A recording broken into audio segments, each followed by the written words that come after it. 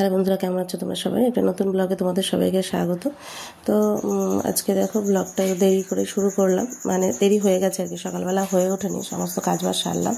এদিকে দেখো আমার রান্নাবান্না সব হয়ে গেছে, ভাত হয়েছে, বেগুন বিট ভাজা হয়েছে, ওদিকে ডাল হয়েছে পেঁপে দিয়ে, ডাঁটা দিয়ে ডাল হয়েছে, আর ডিমের ঝোল হয়েছে। আর এদিকেও টিফিনটাও আমার গোছানো হয়ে গেছে। আজকে আর আলাদা করে কিছু করিনি, ডিমের ঝোল দিয়ে দিয়েছি আর রুটি করে দিয়েছি। তো আমার গলার আওয়াজটা শুনে বুঝতেই পারছো আমার শরীরটা এখনও ভালো হয়নি, মানে ঠান্ডাটা এতটাই লেগে গেছে, কিছুতেই কমছে না। তো গলা টলা সব ধরে আছে, নাক ফাক বন্ধ হয়ে আছে, মাথা টাথা ভার, মানে শরীরটা খুবই খারাপ, কোমরে ব্যথা, মাথাটা নিচু করতে পারছি না, নিচু করলেই না মাথা ব্যথা লাগছে।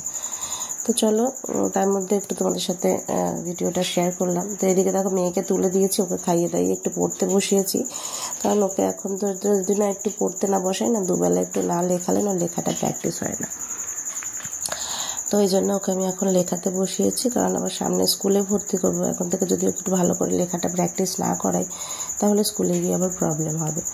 তো এই দেখো লিখতে পারে, একটু ব্যাকাটারা হয়, তার মধ্যে বদমাইশি করে যা, আর লিখবে কী করে ঠিকঠাক। তো এই দেখো ওকে লিখে নিয়ে তারপরে আবার আমি গদ্য সমস্ত কিছু পরিষ্কার করবো, বাকি সব কাজবাজ পড়ে আছে। ভাবলাম আগে ওকে একটু পড়িয়ে নিই, তারপরে আমি সমস্ত কাজ করবো। এই দেখো ওকে পড়ানো হয়ে গেছে, তারপরে আমি আবার ঘরদোর সব পরিষ্কার করে নিয়েছি, গুছিয়ে নিয়েছি। তো কতক্ষণ গুছানো থাকবে জানি না।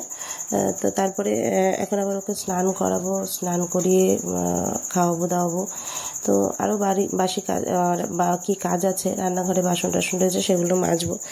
তো দেখো পরিপাটি করে গুছিয়ে রেখেছি, কতক্ষণ পরিপাটি থাকবে জানি না, এসে হয়তো খেলনার বালতিটা ঢেলে দেবে। তো এই দেখো ওকে স্নান টান করিয়ে খাইয়ে দাইয়ে দিয়েছি। তো পাশের বাড়ি এবার আমি খেতে বসেছি, আর পাশের বাড়ি মিষ্টি এসছে, ও তার সাথে খেলছে।